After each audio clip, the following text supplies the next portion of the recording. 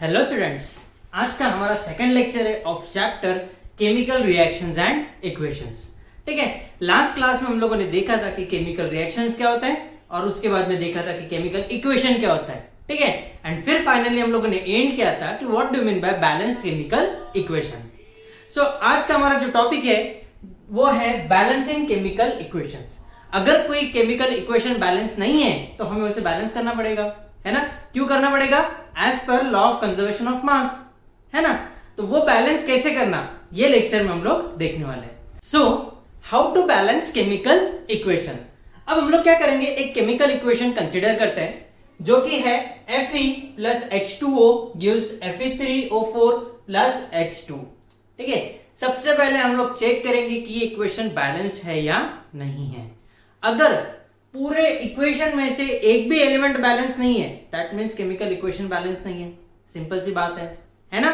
तो हम लोग कोई भी एक एलिमेंट देख लेते हैं। यहां पे हम लोग कंसीडर करते हैं Fe मतलब iron. Fe left hand side में, रिएक्टेंट साइड में कितने एटम्स हैं? 1 है। ठीक है, एंड प्रोडक्ट साइड में कितने? 3 है। दैट मींस आयरन बैलेंस्ड है क्या? नहीं है। चलो, इसका मतलब ये तो क्लियर हो गया कि ये इक्वेशन बैलेंस नहीं है। तो हम लोग क्या करेंगे, इसको बैलेंस करने का कोशिश करेंगे। ठीक है, तो बैलेंसिंग का स्टेप नंबर 1 क्या होता है कि जितने भी एलिमेंट्स या फिर कंपाउंड्स है, जैसे कि Fe हो गया, H2O हो गया, Fe3O4 हो गया, H2 हो गया, इन सब को सबसे पहले बॉक्स के अंदर डालो। मतलब ये सब एलिमेंट्स या फिर कंपाउंड्स के आजू बाजू हमें क्या बनाना है? बॉक्स बनाना है। तो हम लोग वो ड्रॉ करेंगे। ये हमारा इक्वेशन है Fe H2O gives Fe3O4 plus H2।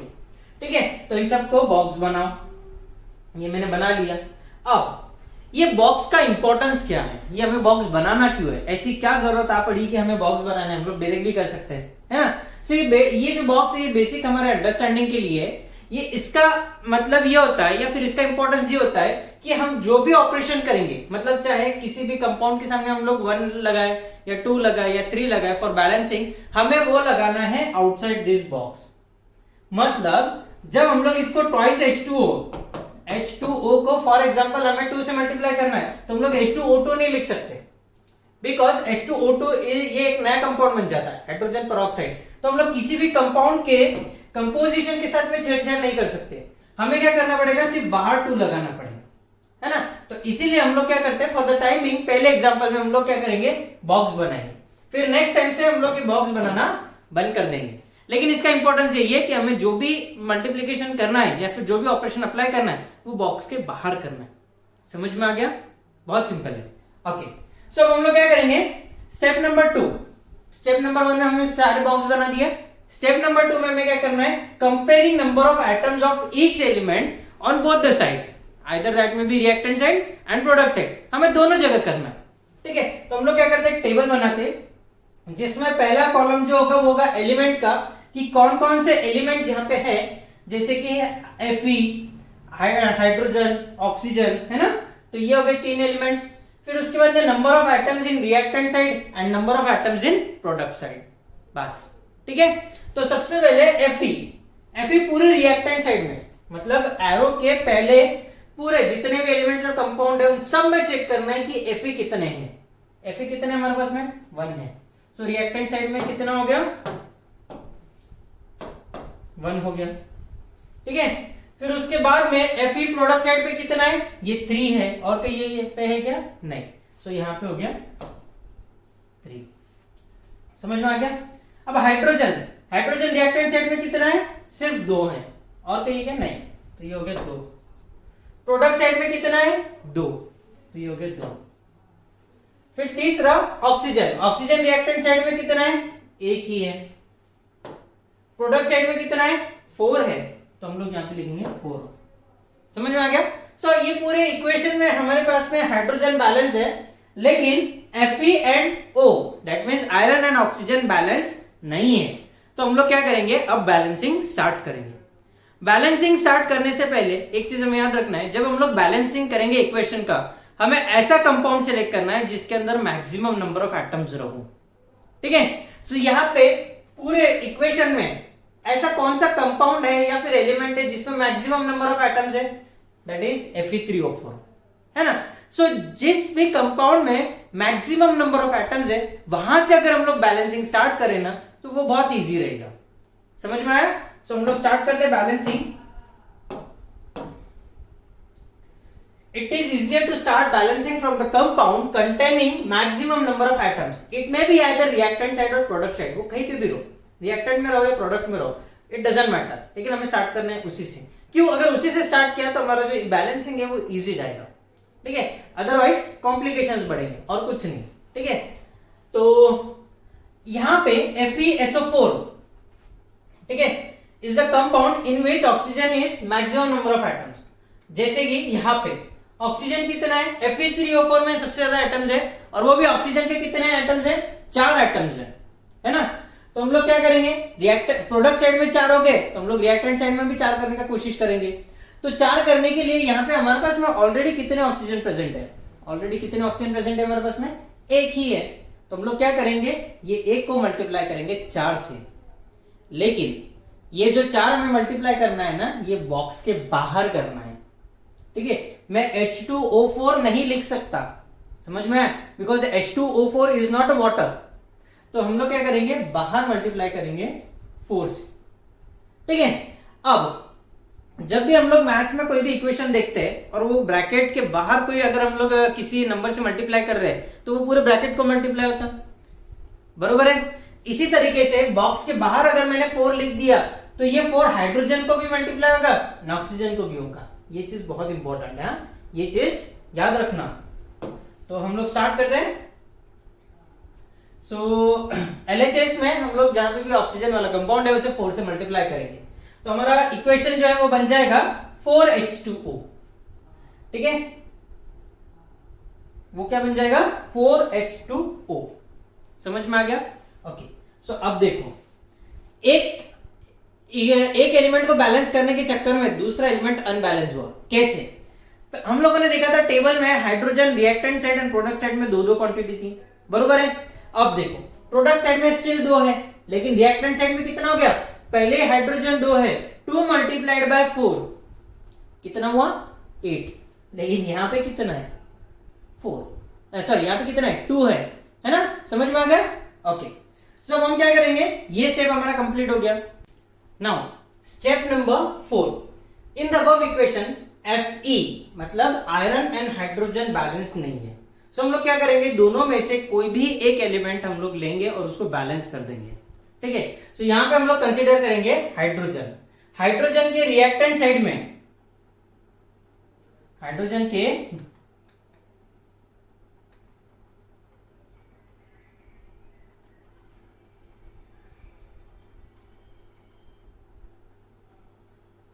ठीक है, हाइड्रोजन के रिएक्टेंट साइड में कितने हो गए? 4 2s 8 हो गए एंड प्रोडक्ट साइड में कितने हो गए? 2 हो गए। तो हम लोग क्या करेंगे? प्रोडक्ट साइड में हम लोग मल्टीप्लाई करेंगे 4 से। 4 से मल्टीप्लाई करने से क्या होगा कि वो बन जाएगा 8, बरोबर है? तो हम लोग 4 से मल्टीप्लाई करेंगे।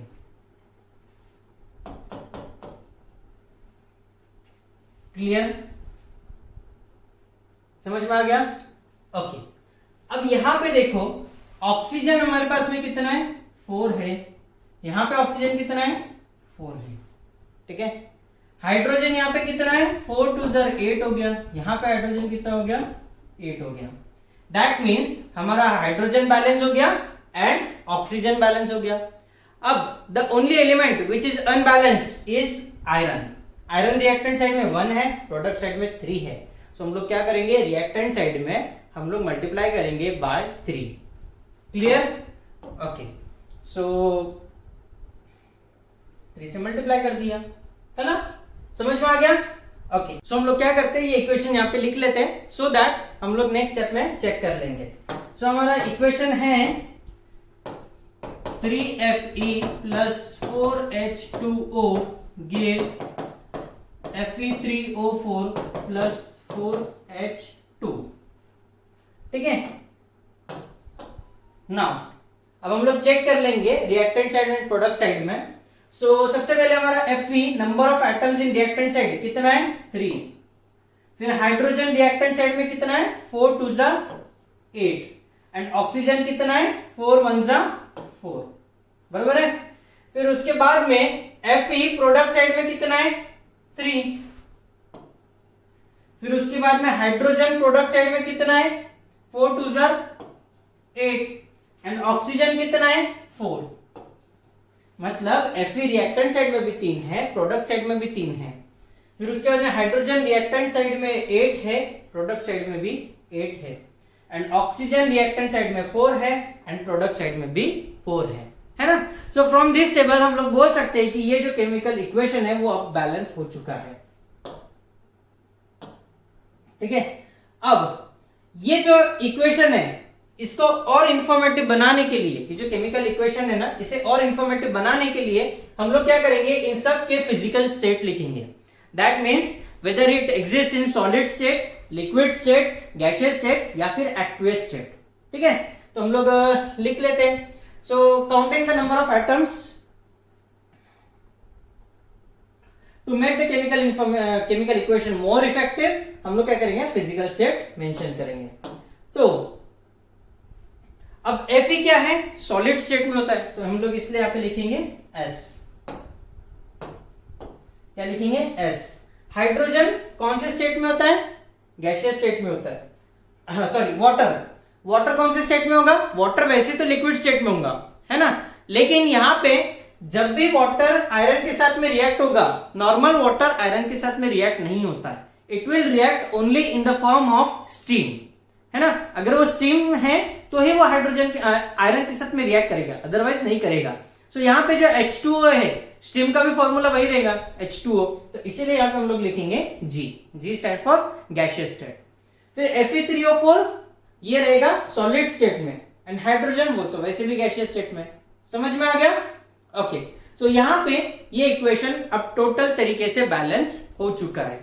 अब हम लोग क्या करेंगे, हमारे पास में एक वर्कशीट रहेगा, वर्कशीट में हमारे पास में कुछ इक्वेशंस रहेंगे जिसे हमें क्या करना पड़ेगा, बैलेंस करना पड़ेगा। तो सबसे पहले हम लोग क्या करते हैं, यहां पे देखते हैं कि hydrogen plus oxygen gives water. यहां पे इनिशियली हाइड्रोजन रिएक्टेंट साइड में कितना है 2 है, प्रोडक्ट साइड में कितना है 2 है ना, तो हाइड्रोजन बैलेंस हो गया। ऑक्सीजन रिएक्टेंट साइड में कितना है 2 है, प्रोडक्ट साइड में कितना है 1 है, तो प्रोडक्ट साइड में हम लोग क्या करेंगे, मल्टीप्लाई बाय 2। लेकिन हम लोग H2O2 लिखेंगे क्या, नहीं, हम लोग लिखेंगे ट्वाइस H2O। समझ में आ गया, ओके। जब हम लोगों ने H2O को 2 से मल्टीप्लाई किया तो हाइड्रोजन का भी ये चेंज हो गया। हाइड्रोजन अभी प्रोडक्ट साइड में कितना है 4 है, रिएक्टेंट साइड में कितना है 2 है, तो रिएक्टेंट साइड में हम लोग 2 से मल्टीप्लाई करेंगे, है ना। अब हम लोग चेक करेंगे, हाइड्रोजन यहाँ पे 4 हो गए, हाइड्रोजन प्रोडक्ट साइड में 4 हो गए, ऑक्सीजन रिएक्टेंट साइड में 2 है, प्रोडक्ट साइड में 2 है। सो ये इक्वेशन बैलेंस हो गया। सो फाइनल इक्वेशन क्या है, twice H2 plus O2 gives twice H2O। Clear, okay. Second equation है Na2SO4 plus BaCl2 gives NaCl plus BaSO4। हम लोग फिर से रिराइट कर लेते हैं, Na2SO4 plus BaCl2 gives NaCl plus BaSO4। अब सबसे पहले देखो, पहला एलिमेंट कौन सा है, Na रिएक्टेंट साइड में कितना है 2 है, प्रोडक्ट साइड में कितना है Na ओनली 1 है। सो क्या करेंगे, मल्टीप्लाई करेंगे बाय 2। तो यहां पे 2 से मल्टीप्लाई किया, बरोबर है। जब 2 से हम लोगों ने सोडियम को मल्टीप्लाई किया तो क्लोरीन को भी मल्टीप्लाई हुआ, तो क्लोरीन कितना हो गया, 2 1 जा 2 हो गया। यहां पे क्लोरीन कितना है, ऑलरेडी 2 है, तो टेंशन खत्म हो गया। तो सोडियम हमारा बैलेंस हो गया, फिर उसके बाद में क्लोरीन हमारा बैलेंस हो गया। अब सल्फर यहाँ पे रिएक्टेंट साइड में कितना है 1 है, प्रोडक्ट साइड में कितना है 1 है, तो सल्फर भी बैलेंस हो गया। फिर उसके बाद में ऑक्सीजन यहाँ पे कितना है 4 है, ऑक्सीजन उधर कितना है ऑलरेडी 4 है, तो कोई टेंशन नहीं। अब बचा क्या, बेरियम यहाँ पे 1 है, वहां पे भी 1 है, तो ये इक्वेशन क्या हो गया, फाइनली बैलेंस हो गया। समझ में आया, okay. Now next one is H2S H2S plus Cl2 gives sulfur plus HCl। समझ में आ गया? ओके। अब यहां पे हाइड्रोजन रिएक्टेंट साइड में कितना है? 2 है। प्रोडक्ट साइड में कितना है? 1 है। तो क्या करेंगे? 2 से मल्टीप्लाई करेंगे, बरोबर है, सिंपल सी चीज है। फिर उसके बाद में सल्फर रिएक्टेंट साइड में कितना है? 1, प्रोडक्ट साइड में 1, टेंशन नहीं। क्लोरीन रिएक्टेंट साइड में 2 है, प्रोडक्ट साइड में वो भी 2 बन गया, है कि नहीं? तो ये इक्वेशन में बैलेंस हो गया हमारा। Next one, CH4 plus O2 gives CO2 plus H2O। CH4 plus O2 gives CO2 plus H2O। ठीक है। अब कार्बन रिएक्टेंट साइड में कितना है? 1, प्रोडक्ट साइड में कितना है? 1, टेंशन नहीं। हाइड्रोजन रिएक्टेंट साइड में कितना है? 4 है ना, तो सिर्फ 4 है। और प्रोडक्ट साइड में कितना है? 2 है। तो हम लोग क्या करेंगे? यहां पे मल्टीप्लाई करेंगे 2 से, ठीक है, ओके। अब बचा ऑक्सीजन। ऑक्सीजन रिएक्टेंट साइड में 2 है, प्रोडक्ट साइड में कितना है? ये 2 प्लस ये 2, कितना हो गया? 2 प्लस 2 4। रिएक्टेंट साइड में कितना? 2, तो क्या करेंगे? रिएक्टेंट साइड में 2 से मल्टीप्लाई करेंगे, ठीक है। अब यहां पे इंपॉर्टेंट चीज क्या थी कि हमें जो प्रोडक्ट साइड में टोटल ऑक्सीजन कितने पूरे गिनने, हमें उस हिसाब से बैलेंस करना है। यहाँ पे 2 और ये 2 4 हो गए, है ना, 2 प्लस 2 4। यहाँ पे कितना है? 2 है, सो हमें 2 से मल्टीप्लाई करना पड़ा। Clear? Okay. And the last one is CuSO4 plus NaOH gives CuOH/2 plus Na2SO4। अब यहां पे ध्यान दो, ध्यान इसीलिए क्योंकि यहां पे बहुत सारे एलिमेंट्स हैं। सबसे पहले कॉपर, Cu कितना है? यहां पे 1 है, यहां पे कितना है? 1 है, तो कॉपर हमारा बैलेंस हो गया, बरोबर है। फिर उसके बाद में सल्फर यहाँ पे कितना है? 1 है, और कहिए क्या? नहीं, यहाँ पे सल्फर कितना है? 1 है, तो सल्फर भी हमारा बैलेंस है, ऑलरेडी बैलेंस्ड है। अब बात करते हैं हम लोग ऑक्सीजन की। तो ऑक्सीजन यहाँ पे कितना है? 4, यहाँ पे कितना है? 1, तो 4 प्लस 1 कितना हो गया? 5 हो गया। लेकिन यहां पे ऑक्सीजन कितना है? 4, और यहां पे कितना है? 4 2 सॉरी, ये 4 और ये 2, 4 प्लस 2 6, यहां पे कितना है? 4 प्लस 1 5, है ना, तो हम लोग इसको बैलेंस करना पड़ेगा। अलॉन्ग विद दैट यहां पे सोडियम कितना है? 2 है, यहां पे सोडियम कितना है? 1 है, तो हम लोग इसको मल्टीप्लाई करेंगे 2 से। समझ में आ गया? सो 2 से मल्टीप्लाई करने से सोडियम 2 हो गया, यहां पे भी सोडियम 2 हो गया, तो सोडियम हमारा बैलेंस हो गया, बरोबर है। अब बात करते हैं ऑक्सीजन का। तो ऑक्सीजन यहां पे कितना था? 4, और ये 2 मल्टीप्लाइड बाय 1 2, तो 4 प्लस 2 6। यहां पे ऑक्सीजन कितना है? 4 प्लस 2 6, हो गया बैलेंस, ओके। अब बात करते हैं हम लोग हाइड्रोजन का। तो हाइड्रोजन यहां पे कितना है? 2, यहां पे कितना है? हाइड्रोजन 2, हो गया, ये भी बैलेंस है कि नहीं? कितना सिंपल था। सो यही है बैलेंसिंग ऑफ केमिकल इक्वेशन। हमें क्या करना है? हिट एंड ट्रायल मेथड है, ठीक है, हिट एंड ट्रायल मेथड है। बस ट्रायल करो और देखो ये एलिमेंट्स बैलेंस हो रहे कि नहीं हो रहे। एलिमेंट्स को पहले से एलिमेंट्स को बैलेंस करते चलो तो ज्यादा सिंपल जाएगा, या फिर ऐसे कंपाउंड सेलेक्ट करो जिसके अंदर मैक्सिमम नंबर ऑफ एटम्स है, बस वहां से चालू करो। वो एक बार हो गया कि फिर सीक्वेंस में चालू करो। Clear with this? So this is all about balancing of chemical equation. Next lecture में हम लोग देखेंगे what are the types of chemical reactions, ठीक है। So this much is enough for today's lecture. मिलते हैं हम लोग नेक्स्ट लेक्चर में।